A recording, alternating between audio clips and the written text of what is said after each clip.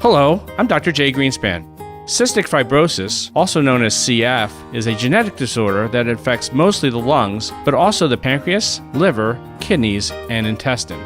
Long-term issues are significant, and they can present differently in different people. In this pediatric chat, we'll talk about CF from the patient's perspective and hear from Sammy and his doctor, Abigail Strang, who is a fellow in pulmonology at Nemours.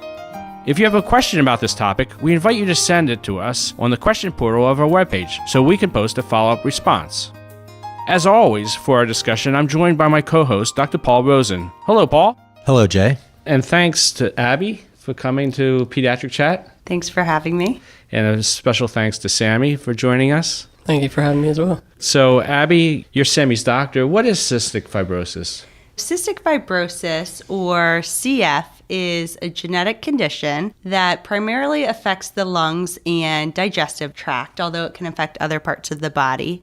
On the cellular basis, what causes cystic fibrosis is that there on cells is a molecule on the outside of the cell, and that molecule is usually kind of a gate for salt and water to move in and out of cells. And in individuals with cystic fibrosis, that molecule or that gate isn't working properly. So there's abnormalities in the movement of salt and water into and out of cells. And that is what leads to the buildup of mucus and the thick mucus or sticky mucus in the lungs and the difficulties with secreting certain enzymes in the GI tract. And it can lead to frequent respiratory tract infections and difficulties with growth. How common is this? Cystic fibrosis is the most common genetic disease among Caucasians in the United States, and it occurs in about 1 in 3,000 newborns among Caucasians in the U.S., and there are about 30,000 people with CF living in the United States now. So pretty common. And does this run in families? It does because it's a genetic condition. So it's an autosomal recessive condition, which means that if both parents are carriers for the condition, there's a 1 in 4 chance that their child will have cystic fibrosis. However, it could be that an individual or patient is the first person in their family to have ever been diagnosed. And how do you make the diagnosis, Abby? There's different ways that a child or individual can be diagnosed with cystic fibrosis. Oftentimes now, cystic fibrosis is diagnosed by newborn screening. In the United States, all babies are screened for different conditions when they're born, and cystic fibrosis is included on the screen now in all states. But that doesn't pick up everyone, and the screen is somewhat new, so some individuals are diagnosed later in life. There are special tests that you can use to diagnose cystic fibrosis later in life, and one is called a sweat test.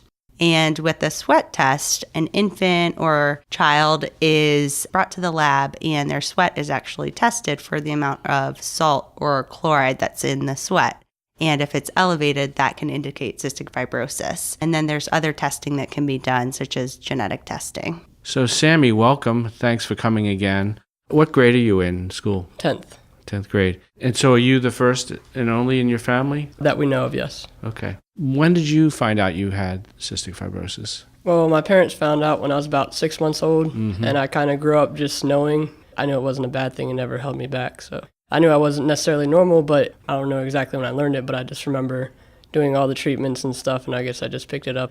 Could you tell us a little bit more about some of your treatments, how long those take, and what those are like? Well, sure. I have to do them 3 times a day as far as the major ones go.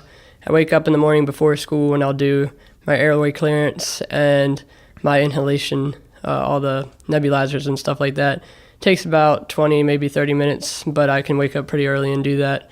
Usually I'll get home from school and I'll do it right when I get home. And then I'll do it again at night, which has a little bit more treatment involved, so it takes a little bit longer. So it's probably about maybe 2 hours at max doing that.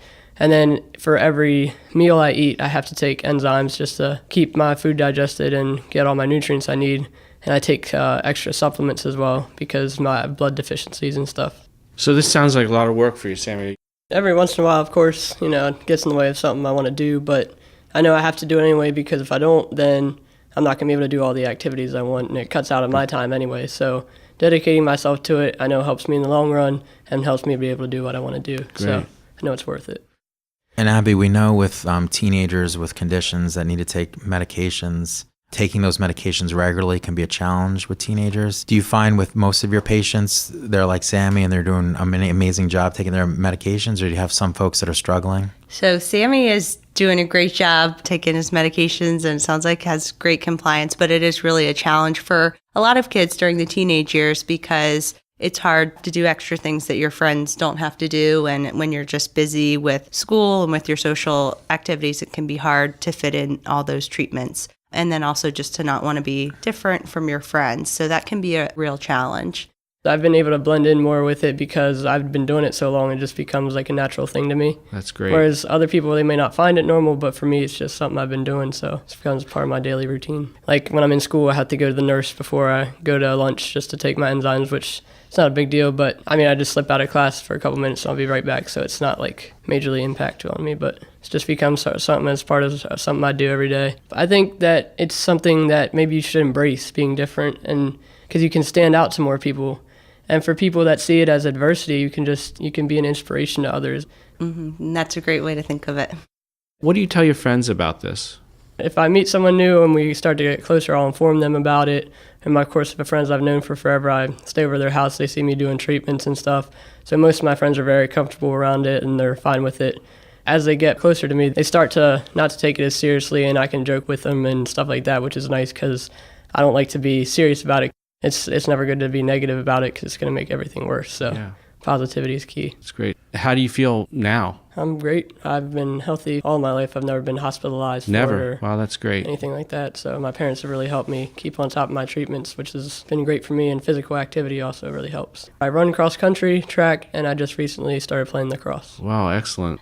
Abby, in the past, did we let kids with CF do a lot of aerobic sports? Did we limit them? Is this a new thing where we're encouraging more activity? Or exercise is actually one of the ways to keep the lungs healthy. It's actually a form of what we call airway clearance or pulmonary clearance. So it's recommended and encouraged for all of our patients as tolerated.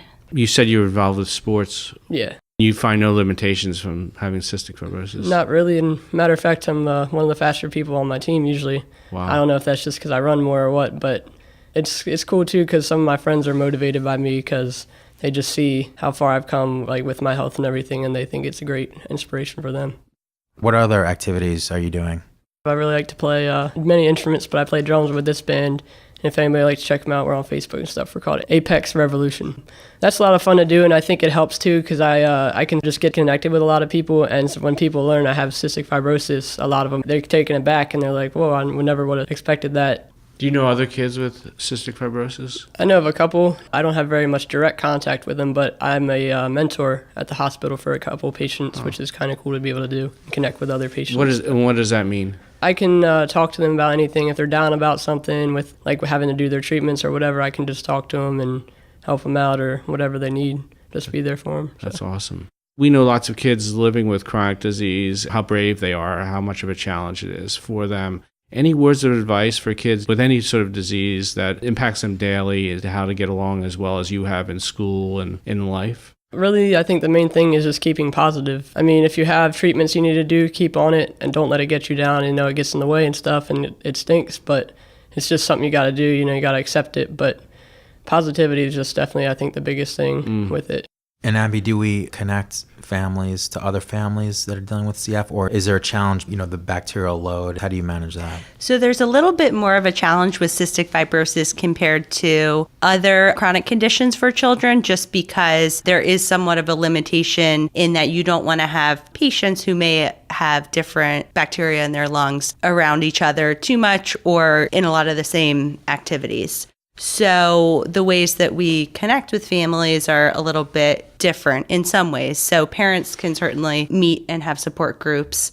But as far as children communicating and support groups in that way, a lot of it is like what Sammy does, which is not face-to-face so much, but communicating in different ways, whether it's cell phone, email, and then there are different kind of online support groups. Mm-hmm.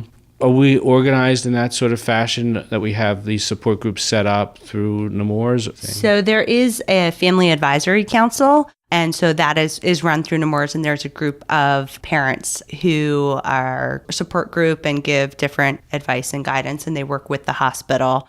And then our social worker, Kim York, actually helps to connect different families and different young adults with each other. Abby, can you describe some of the other healthcare professionals besides the doctor who make up the CF team? Sure. So there is a respiratory therapist who helps them with their respiratory therapies, helps them with their breathing test when they come, and helps us to troubleshoot some of the issues as far as the respiratory therapies. There's also a nutritionist who sees our patients very frequently to monitor growth and to help, because kids with CF do need to take in a lot more as far as calories. The diet is high calories, high fat, and high salt. And then individuals with CF also, about 90% of patients need to take special enzymes in order to help them to absorb their nutrients and gain weight. We also have a social worker in our clinic who helps with various needs as far as equipment, accommodations at school if any are needed, and helps families, especially families who are new to getting the diagnosis, helps them through. Our social worker, Kim York, works with all of our patients, and she has what's called a wellness program where patients will have a goal from one visit to the next, something that they want to work on in terms of their own personal wellness. And a lot of times that's increasing, the number of treatments or number of medications, or could even be talking to their friends. So she helps kids in adolescence and even younger to develop ways to be more adherent and to help them deal with having to do a lot of extra things that other kids don't have to do. We also have a research coordinator and nurse practitioner who is our coordinator for our clinic. We ask all of our patients to come to see their pulmonologist and see their CF team about once every 3 months for an appointment, and sometimes for different lab tests and x-rays and breathing tests. So it sounds like you really have a center here, a special center. Is that something that's common, and do most kids with cystic fibrosis find themselves in a center? Yes. So what's recommended is that individuals with cystic fibrosis are followed at a nationally accredited cystic fibrosis center. And so we are a cystic fibrosis center here. It's recommended that if you have cystic fibrosis that you come to a center so that you make sure that you get all of the appropriate care and follow-up. And Abby, when our teenagers grow up and they turn 21, do they stay with their pediatric pulmonologist, or do they transition to an adult doctor? They transition. So we start talking about that in late adolescence. We try to find the right center geographically and the right center for the patient based on their healthcare needs. And we start talking about it. Oftentimes what we do at the time of transition to an adult center, if we can, is we would even have the patient go to the center for a visit, and then they could still be in contact with us for questions if there are any differences and recommendations with their adult pulmonologist before they officially transition. So we start talking about that well before the age of 21 so that it's not right at the last moment that we're transitioning. Are there a lot of differences between pediatric care and adult care in CF? There are differences really just in terms of moving forward with your disease and therapies that are recommended on an individual basis. But as far as the frequency of therapies, the frequency of checkups and of labs and x-rays, as far as I know, there are no major differences in adult care. You mentioned those centers of excellence for CF, and those centers collect data and they share the data and share best practices so that the field just keeps improving over time as all this information gets shared across the country. Is that right? That's right. So all of the patients who are here at our center have the opportunity to be part of what's called the CF registry. And so the registry collects data on the patients in terms of their testing and their lung function and what medications they're on. There's a national database, which is really exciting, which has helped to determine which treatments are really effective. And that's really helped the research move forward and help patients to remain healthier and have better quality of life. And what are we doing about a cure? Is there a cure on the horizon for us? There isn't what we would say is a cure at this point. There are certain medications which are now targeting on the cellular basis that molecule that's at the gate. So there are trials underway with different types of medications to be working on that root cause of what causes cystic fibrosis. Very exciting. So how can we get involved if we want to help? I am involved with the Cystic Fibrosis Foundation. They have a lot of events for fundraising and stuff. I do their stair climb in Philadelphia every year. I've been doing it, I think, about 4 years now. Okay. Just raise as much money as we can. Instead of running like a 5K or something, we just run upstairs in a building in great. Philadelphia. You can help fundraise, or you can do different events. Even simply just spreading awareness and even simple education to other people helps to get the word out and things like that. Because I know there's about something like 10 million Americans are actually carriers of CF and they don't even know it. So you could get genetic tests or whatever you want, and you just diagnosis and stuff.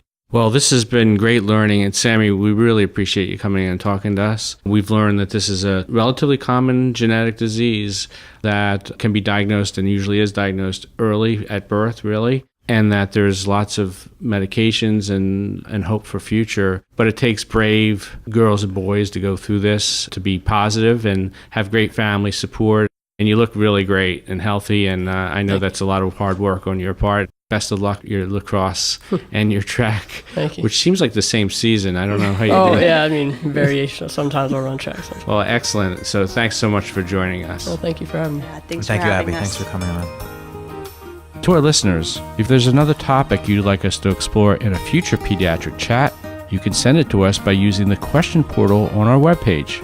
And be sure to view our library for more pediatric chat programs. I'm Dr. Jay Greenspan, and thanks for listening.